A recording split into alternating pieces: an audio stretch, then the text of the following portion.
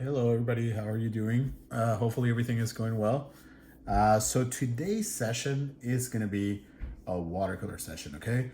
I know many of you are working oil in the studio and you might not have that setup, and as the oil setup that you have in the studio that you might have at home. So, watercolor might be, I'm going to say, a decent option. I would even say acrylic might be better. So, if you like some of the acrylic videos that you've seen, I could probably recommend that. But watercolor might just be a cleaner option and something that is practical for home, okay? It is difficult, by the way. It's actually, for my recommendation, it's a little harder than oil. So yeah, I'm gonna say it's different, but I would say it's just a little tougher.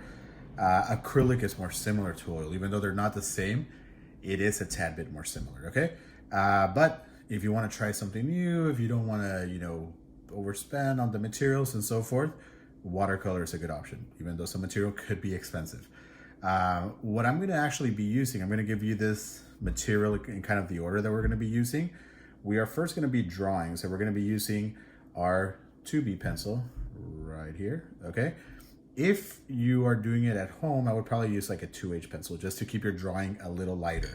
But I actually want you guys to see what I'm doing, so the 2B pencil would definitely be a better option. I'm just gonna have my kneaded eraser. I'm probably not gonna use it a lot, but you guys have seen this just kind of modeling throughout the whole session and not doing much.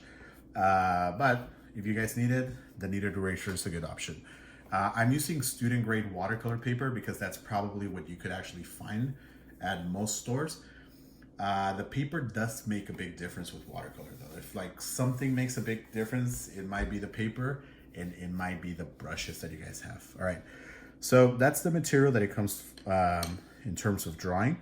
For the material in terms of painting, you guys are gonna need a cup with water right here. You guys are gonna need a paper towel or paper towels. I have a couple. And I'm gonna use a mop brush, just like whatever you guys use to mop your floors. And I'm gonna use just a round brush. So it's gonna be, one's gonna be more for accurate, one's gonna be more for water.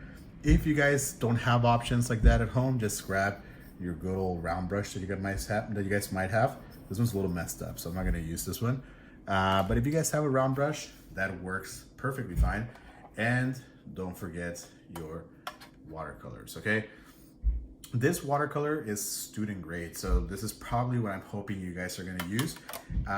In terms of watercolor, the material that you buy, the actual watercolor itself, it's not gonna make a big difference. It's really how you manipulate your colors and how well you understand them. So when it comes to watercolor, I do recommend brushes and paper over a watercolor set, all right? So I'm gonna move the watercolor stuff to the side. We're not gonna need this for a while, so I'm just gonna put this away. Right, here we go. All right, so today we're gonna do a study of a still life, all right? The reason why we're doing a still life is not that I actually wanna focus too much on still life while we are doing art from home. I actually wanna focus in two paths, okay? I wanna take the path of landscape or cityscapes, and I wanna take the path of figurative, okay? But the still life actually helps us understand how we're gonna work, how we're gonna approach all these techniques. And if you guys don't like it at the end, it's just a still life. So it's not gonna be the make all or break all of things. If you guys have a computer at home, you guys could put the image on the computer. I usually put the photograph under the material. So you guys could put the image on the computer. You guys could print it out. Whatever works is fine. All right. Well, I'm not going to talk about the watercolor too much right now. We're just going to talk about the drawing, okay? So whenever we're doing a watercolor drawing, just like many of the drawings that we do, I always recommend that we frame our artwork, okay? Just do a mini frame, right? Just something that protects your artwork.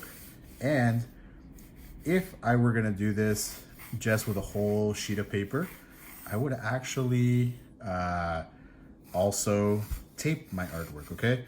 When I work in my studio, I usually buy watercolor pads or what they call watercolor blocks that are connected by wax.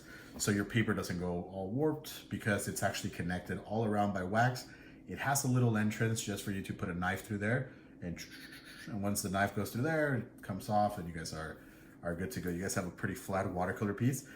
This is student grade, and you know, it is gonna warp a little bit. It's not gonna warp enough for the camera, so I'm not gonna do any taping of any sort. But if you are home, you could actually do your frame by actually putting pieces of tape, okay?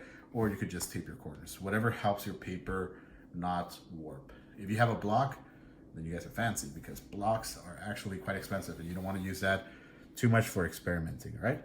So here we go. We're gonna do a simple still life. With watercolor, you could go as detailed as you want, or you could go as watercolor as you like. I'm gonna go a little bit more watercolor like. So I'm not gonna actually use the whole photograph of the still life. My main subject matter are gonna be my flowers, and they're gonna be my vase, okay? From that, everything that fits in. I mean, that's pretty much what's in the picture. So what I'm gonna do right now is I'm gonna start just very simply, just doing a rough sketch of my big shapes. Okay, I'm gonna treat this according to how big my paper is. You know, just have my big flower there, probably have my other flower over here. Here we go, somewhere over here. You know what, my paper's bigger, and I gave myself kind of like a faux frame, but I do want to fit my leaves in there. So I'm gonna go ahead and I'm gonna just make my frame, imagine my frame was a little longer. All right, if not, I could erase my drawing and just start again. But because my paper is just a little large, to me that's just a better solution for this, okay? All right, here we go. So I'm doing a rough sketch, just kind of blocking in big information. And I don't know if you've noticed, I'm actually using my B pencil, which is my darker pencil, but I'm still keeping my drawing really gestural, really loose. You know, I'm not trying to keep a very accurate drawing at this point. And I'm probably never gonna do that for watercolor unless I'm looking for a real liking of somebody. Then I might spend a little bit more time with the drawing. But if it's mostly gonna be interpreted work, I'm not gonna spend too much time, okay? So I'm gonna make a super mini vase. This vase should be quite a bit larger, but you know, I'm not too concerned about having to change my composition. This is just an approach painting. This is just for you guys to understand how this thing is gonna actually work when you guys are working from home. And if you guys wanna get it more accurate, you guys have more time to focus on your composition. If you guys wanna go really crazy with composition, look at my drawing video. Then you guys could kind of break your head in that part. But for my watercolor, not so much. I want you guys just to have fun, you know, don't go too crazy with your drawing, okay? And it's more of a gestural drawing. Like I said, if I was doing a portrait, I'd probably spend more time on this. I probably, even before you guys even see the beginning of the video, I probably just would block some minor information just for you guys to see how I would actually approach that, okay? But yeah, I would just work a little bit before you guys see my drawing. All right, so I'm just gonna erase that. I'm gonna extend my composition, and my paper is actually still quite larger than this. I even have space over here on the side to write notes or do whatever I want. See, big paper, right? So I'm just gonna put this back where it goes, kind of have an idea of where this is gonna be. I wanna give myself enough space too for whenever I'm actually doing my watercolor, you guys see how I mix my colors and how I actually approach that, okay? So that looks pretty good. You know, it looks pretty decent for my sketch. There's a table surface. I could just use the front of the frame for that. There's another surface on the back. There's a cast shadow from the vase onto the table, you know, all this little stuff. One other thing that I am gonna do, I usually don't do this for my watercolors if they're more experimental, But in order for you guys to really understand how I'm approaching this, I'm gonna try to separate values. So in a way here, I'm thinking about like an illustrator or maybe like a stencil artist. I'm thinking about separating values into 2, maybe 3 values. I don't have to hatch them in, but you guys are welcome to hatch them in. So what I'm gonna do, obviously my cast shadows on the cast on the right side, so that means my light is coming from the left side, okay? So what I'm gonna do here is just give myself the vague boundary of my core shadow here, okay? Just really vague boundary of my core. All right, here we go. I'm also gonna give myself a vague boundary for my midtone, okay? And that's kind of where the illustrative part happens. Like instead of thinking this as just a regular drawing with all kinds of details and sorts, I'm thinking about this as an illustration. So this here would be my core shadow. There's some reflected light over here. I think I'm gonna just not omit that, but I'm not gonna necessarily, you know, pay too much attention to that. Here we have our midtone, which is actually that gonna turquoise. It's gonna be that turquoise color of the vase itself.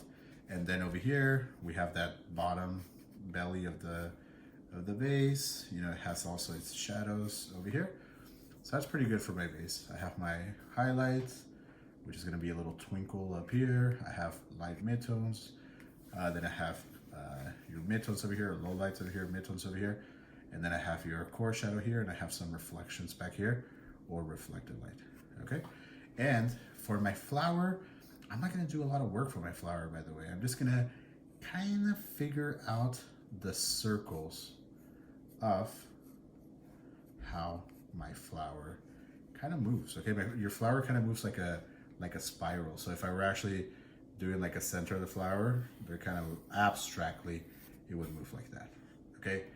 I'm talking abstract, all right? I'm not in any way literal. Like some people would say, well, a flower doesn't look like a spiral.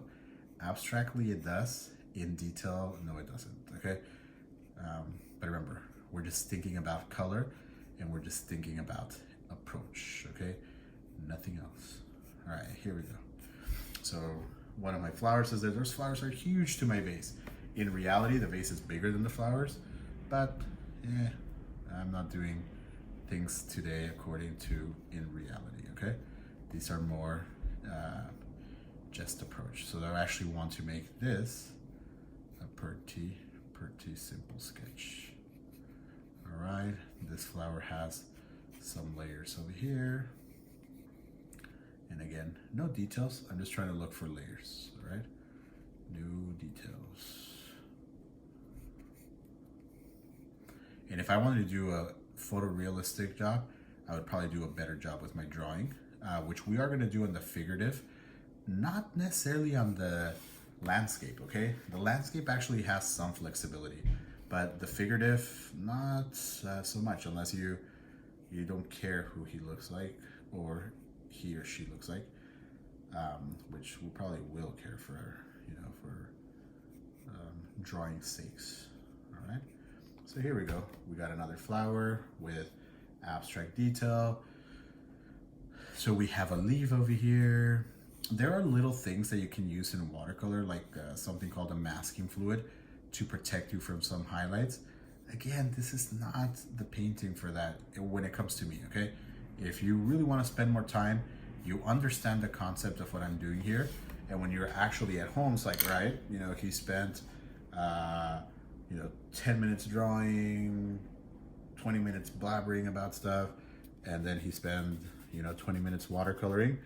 Then, spend more time, take away the blah, blah, blah part, just add the watercolor part and the drawing part, and you guys could spend an extra hour and probably do a better job than me, okay?